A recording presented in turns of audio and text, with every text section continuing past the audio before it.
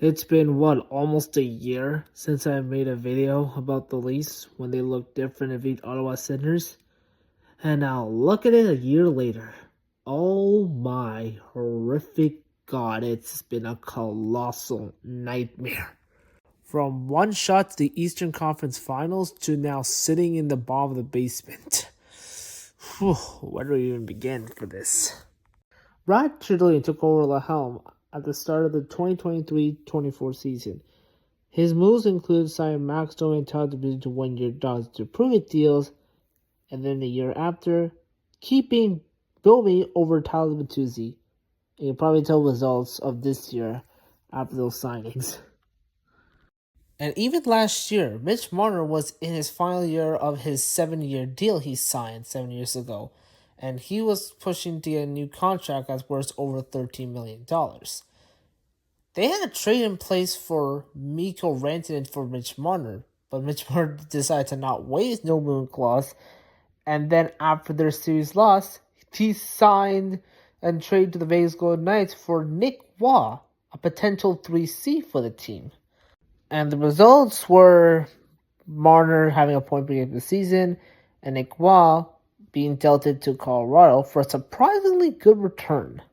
Unfortunately, that's the only moves he's made that's surprisingly good.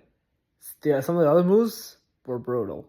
Scott Laughton for a third-round pick after trading for a first last year and a prospect in Nick Gerpin.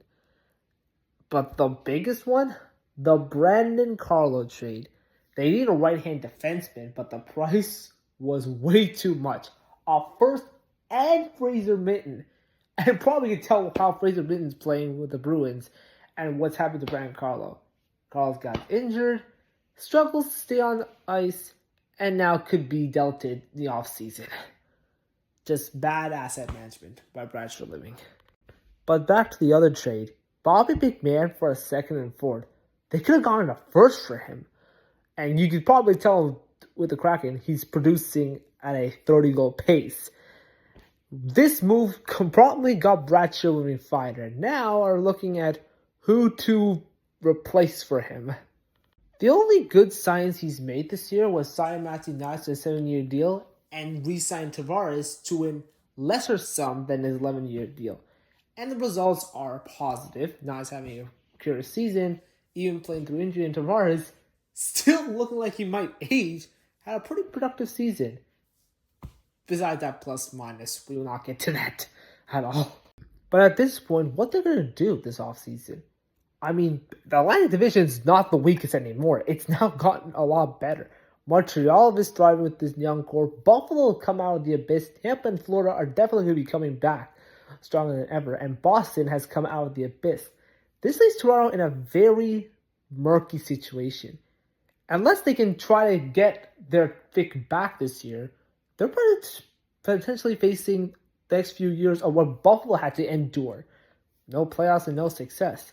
Unless the GM and the hockey operation, whoever's hiring, can get this team back on track, I don't know what the future is going to be for them. And this includes Matthews and Nylander. Nylander would be able to stay for the retool, but what's Matthews going to do? He has 2 more years left in his deal, and he hasn't had the productive season he's had when he scored 60 goals.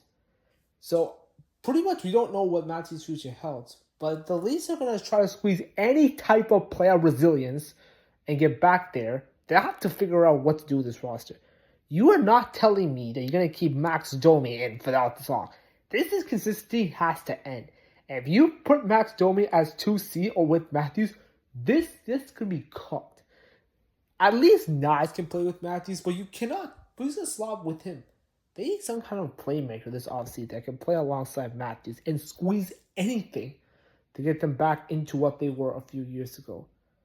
But this being said, this could be the start of a murky situation, and honestly, I wouldn't be upset if they go on a big rebuild, because honestly, they squandered 9 years of playoff experience for what, 2 series wins?